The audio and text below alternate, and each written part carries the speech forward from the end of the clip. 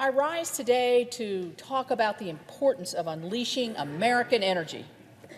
The consequences of President Biden's refusal to invest in American energy, the impact that this is having on energy states like West Virginia and Texas, and what steps we can do to move forward to fix the mistakes made by the White House and the jeopardy that they have put our country in. President Biden has made his stance on American energy clear since day one of his administration. As president, his policies and personnel choices have delivered on his campaign promises, and high prices are just part of the bargain. The administration has canceled pipelines, rescinded previously issued approvals for others, and raised barriers to building new ones. They have frozen oil and gas leasing and proposed raising royalties, costs that will be passed on to the consumer. And the Biden EPA has continued to layer regulation on regulation. Though I'm pleased to report earlier today, through the congressional resolution, we pulled down the WOTUS rule that the EPA had recently put forward in last December. These are just a few of the unreasonable and misguided policy decisions this administration has made that has led to what we are facing today. Congressional Democrats have not been shy about their stance on an all-of-the-above energy future. Look no further than the two pieces of legislation that our colleagues on the other side of the aisle boast about the most: the American Rescue Plan and the so-called Inflation Reduction Act. Just last week, while I was questioning President Biden's head of the Environmental Protection Agency, I was asking him about his agency's budget.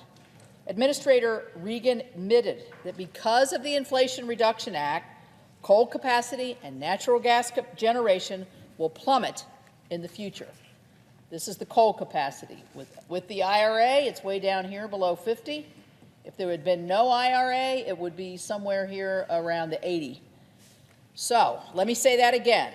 Through data generated by the EPA and admitted to be true by the head of the administration, coal capacity and natural gas generation will be significantly lower in our country because of the Inflation Reduction Act. Here's natural gas. No IRA up here, with the IRA way down here by 2040. He went even further, Administrator Regan did, and admitted the misguided policies with an Inflation Reduction Act will lead to the closure of coal and natural gas plants. This will lead to the shuttering of proud energy-producing communities across my state of West Virginia and our country, moving us further away from the energy independence that we desperately need and want. This clearly spells out the priorities of this president and underscores the urgency needed in reversing these policies. On top of all of this, the out-of-control reckless spending and Green New Deal priorities packaged in the American Rescue Plan have caused energy prices to soar alongside record inflation. So let's take a look at the consequences of President Biden's war on American energy by the numbers. When he took office, the average price for a gallon of gasoline was $2.39. Now the average price is $3.44, a 44% increase. But let's not forget what we just lived through 9 months ago, when the record was set when gas prices averaged about $5 a gallon for the first time in history. High gas costs like this just create a domino effect. In fact, increased fuel costs and shortages have made it more expensive to manufacture goods, to deliver goods, and ultimately to provide what we want and need in this country. It's made everything more expensive. This creates additional strain on our supply chains and feeds into the inflation that so many families continue to struggle with. Think about the cost of food at the grocery store. Adding to this, the price that Americans paid to heat their homes when winter came on, no matter what utility you use, it went up. Whether it's natural gas, electric, oil, or renewables, all prices up. Those who heat their homes with natural gas are at the highest disadvantage, paying 25% more extra this winter just to keep their homes warm. This truly shows that no matter what, there is no escaping the consequences that President Biden and congressional Democrats have created by turning their head on American energy.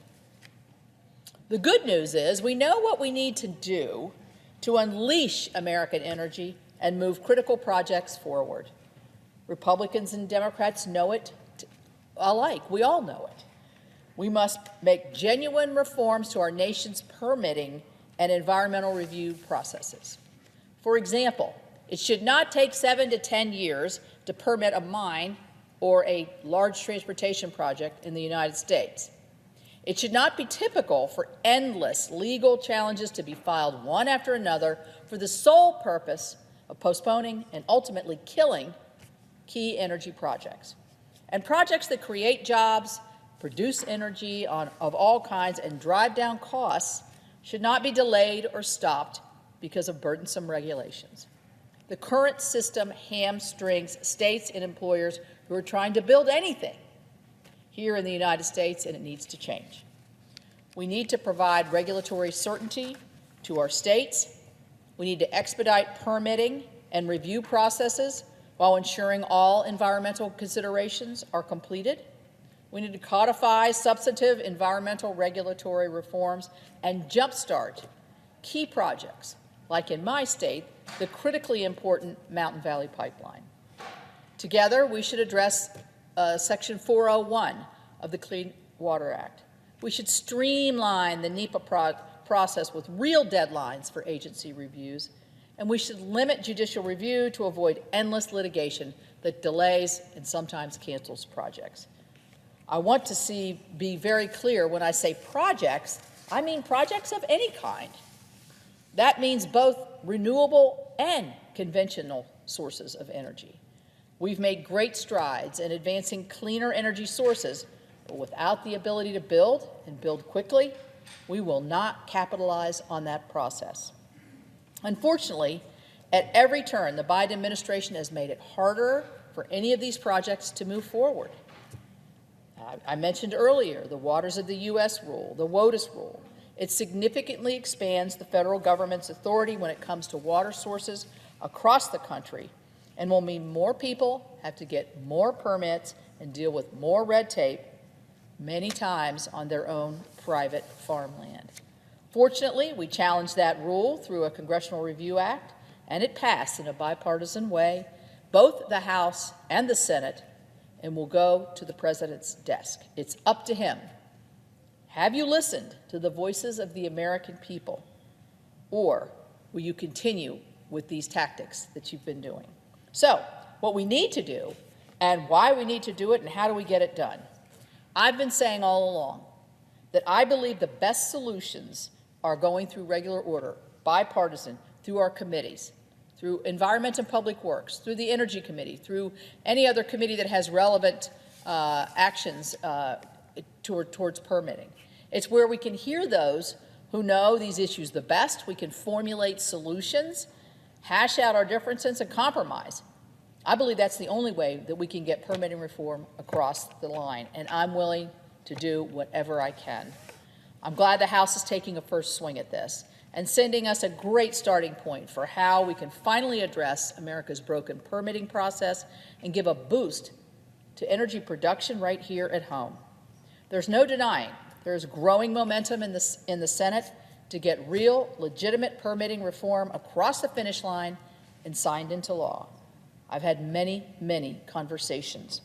I encourage my colleagues on the other side of the aisle to heed the increased call for energy independence and help us deliver that all-of-the-above solution that we all say we want, that increases our national security, creates jobs and keeps good jobs at home, and lastly, and very important, lowers the energy cost for American families. With that, I'm proud to be here with my fellow Republican senators who have the solutions to energy independence, and with that, I yield the floor.